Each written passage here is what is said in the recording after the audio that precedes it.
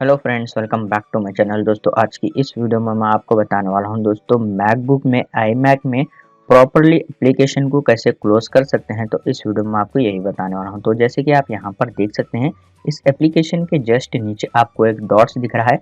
तो यहां पर ये एप्लीकेशन जो है प्रॉपरली क्लोज नहीं हो गया है। तो आपको जो है इसको प्रॉपरली क्लोज करने के लिए आपको एप्लीकेशन के ऊपर क्लिक कर कर होल्ड कर देना है। जैसे कि यहाँ पर अभी MS वर्ड है, तो आप यहाँ पर देख सकते हैं इस एप्लीकेशन को मैं यहाँ पर क्लिक कर कर होल्ड कर लेता हूँ।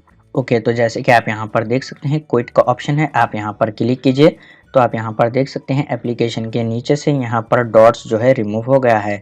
तो इसी तरीके से आप जो है मैकबुक में iMac में कोई भी एप्लीकेशन अगर प्रॉपरली क्लोज करना है तो आप इस तरीके से इसको क्लोज कर सकते हैं। उम्मीद है दोस्तों आपको ये छोटा सा वीडियो पसंद आ गया हो, तो प्लीज़ लाइक कर देना और चैनल को सब्सक्राइब करे बिना मत जाना। मिलते हैं नेक्स्ट वीडियो में।